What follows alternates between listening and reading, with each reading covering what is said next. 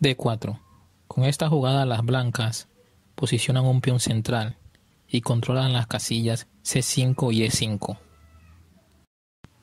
También le dan salida a su alfil de casillas negras. D5. Las negras buscan igualar la tensión en el centro. Controlan las casillas C4 y E4 y le dan salida a su alfil de dama. C4. Con esta movida las blancas tratan de que las negras abandonen el centro, otorgando un peón aparentemente gratis. E6. Con esta jugada las negras rechazan el gambito de dama ofrecido por las blancas, sostienen su peón central y abren la diagonal para su alfil del rey. Las blancas centralizan su caballo en C3, buscando controlar las casillas D5 y E4. Caballo F6. Las negras buscan igualar la fuerza controlando las casillas D5 y E4. C por D5. Con esta jugada, las blancas ya no esperan que las negras acepten el gambito de dama y se lanzan a debilitar el centro de peones de las negras. E por D5. Las negras solo cuentan con un peón en el centro. A cambio, tienen una diagonal abierta para su alfil de casillas blancas. Alfil G5. Con esta jugada, las blancas clavan el caballo negro, apuntando por rayos X a la dama negra. Alfil E7. Con esta jugada, la ucraniana desclava su caballo y prepara su enroque. E3. La rusa sostiene su peón central y prepara la diagonal para la salida de su alfil de casillas blancas. Ana Satonsky se enroca. Alfil D3. Jugada de desarrollo que apunta directamente al enroque negro. Caballo de BD7. Buscando controlar las casillas E5 y C5. No obstante, obstruyen su alfil de casillas blancas. Caballo F3. Kosteniuk desarrolla una pieza hacia el centro y prepara su enroque. Torre E8. La ucraniana centraliza una torre en una columna semiabierta, apuntando por rayos X al monarca blanco. Enroque, como ya lo tenía previsto Alexandra. Peón a C6.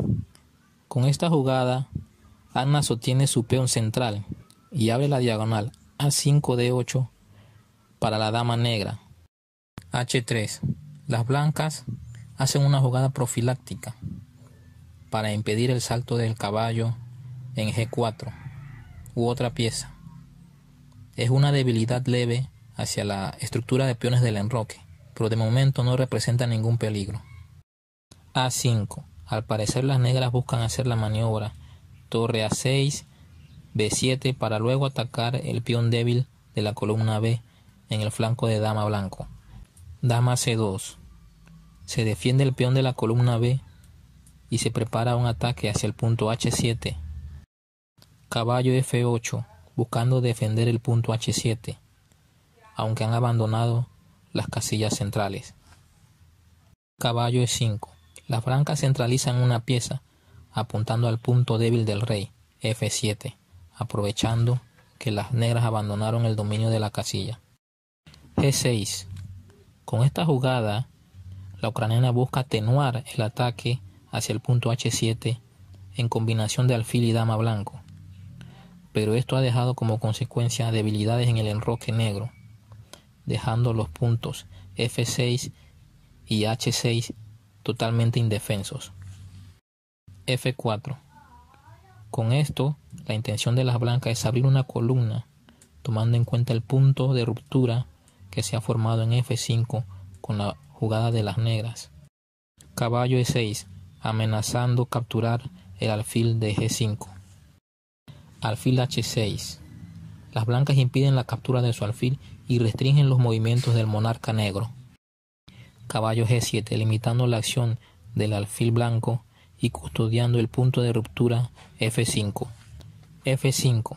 Las blancas buscan romper la estructura de peones del enroque negro y a la vez abrir una columna para la acción de su torre. Caballo de FH5. Una jugada dudosa que tienta a las blancas a avanzar su peón hacia F6. F por G6. Las blancas cumplen su plan, debilitan la estructura de peones del enroque negro y abren una columna para su torre. H por G6, capturando el peón que amenazaba con dar jaque. Caballo por F7, atacando la dama negra. Dama D7, saliendo de la amenaza del caballo. Caballo E5, con ataque doble a dama y peón. Dama E6, acercando sus piezas a la defensa del rey negro. Alfil por G6, amenazando capturar la torre. Caballo F6, defendiendo la torre del ataque del alfil. Alfil F7, jaque, con ganancia de material. Las negras abandonan porque están en total inferioridad.